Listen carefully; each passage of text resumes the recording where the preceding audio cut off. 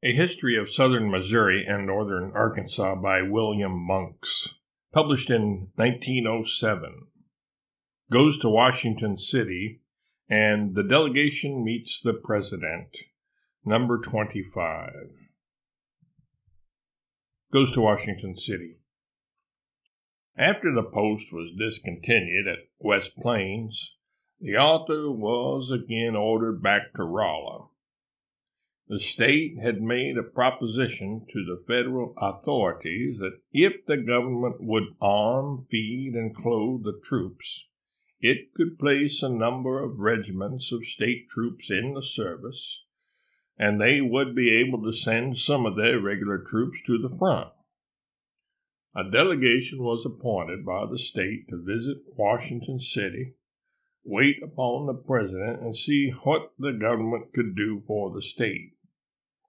The author was appointed as one of the delegates, and on the night following the departure of the delegation for Washington City, a rebel scout appeared at the house where the author's family was living and demanded the author. His wife replied that he was not at home, that he was one of the delegation that had left that morning for Washington City. She distinctly heard one man remark, "I expect that is so, for there was a delegation left this morning for Washington City." The house wasn't more than a quarter of a mile from the picket posts. After parleying for some little time, they left the house, marched west about a mile where some refugees were located in a house, and demanded their surrender. The house was full of women and children, there being also one boy and two men, to wit, Peter Shriver and a man named Johnson. They ordered the doors opened. The inmates refused. Then the rebels knocked down the door and fired a volley right into the house. Shriver and Johnson, being armed, returned the fire, killed one of the rebels on the spot, and fleeing through the rear part of the house, made their escape. The rebels killed one boy and severely wounded a girl and young Johnson, and retreated south, leaving their comrade dead. It was learned afterwards that most of the scouts were men from Howell County who had learned that the author had placed his family just outside of the federal lines and had marched all the way there with the avowed purpose of capturing the author and either shooting or hanging him. On arrival of the delegation at Washington City, they organized the delegation and made Charles D. Drake their spokesman. He was afterwards elected to the United States Senate.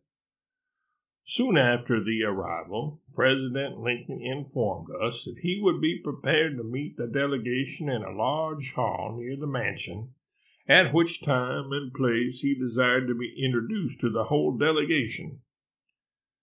When the delegation entered the hall, the president and his secretary were seated together. The delegation meets the president. The delegation entered the hall in a single file. Charles D. Drake approached the president, and when within a few feet of the president and secretary, they arose to their feet, and as the delegation marched by, each one was introduced to them. Afterwards, they were seated, and the petition and address of the people of the state of Missouri was delivered in an audible voice by Charles D. Drake. In the opening of the address, we addressed the president and called ourselves his friends. As soon as the address was read, the president rose to his feet and proceeded to deliver an address to the delegation. And the author never will forget the impression that was made upon his mind in a part of that address. He said, "You should not address me as your friend. I am the president of the whole people and nation, and while I am president, I expect to try to enforce the law against all violators of law and in the interest of the whole people of the nation. But if I have any friends in Missouri, I suspect you men compose a part of them. I listen to your petition and offers, which make me proud for the patriotism that you manifest in offering your services to your country in the darkest hour of her peril. And I would be glad if the government was able to grant every request that you have made. The government at the present time is not in a condition to furnish clothing and commissaries for the number of men that you propose to put in the field, but the government will furnish all the arms that they can possibly spare, ammunitions and commissaries, and authorize the state to organize and put in the field any number of state troops not to exceed 60 regiments. He said he would do all in his power to feed them, but in the present condition of the government, the state would have to pay them.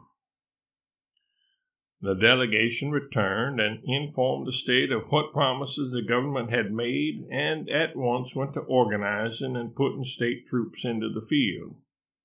The author was commissioned as lieutenant of Company H, and the regiment was ordered into active service for the period of 60 days.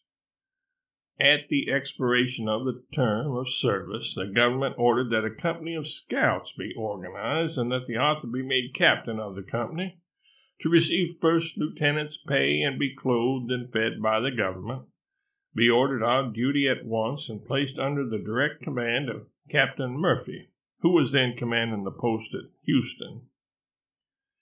The company scarcely saw an idle day. It was kept continuously scouting and fighting. The counties of Texas, Dent, Wright, Crawford, Laclede, and Phelps outside of the post being completely under the control of the rebels. Not a single Union man nor his family could remain at home outside of the post.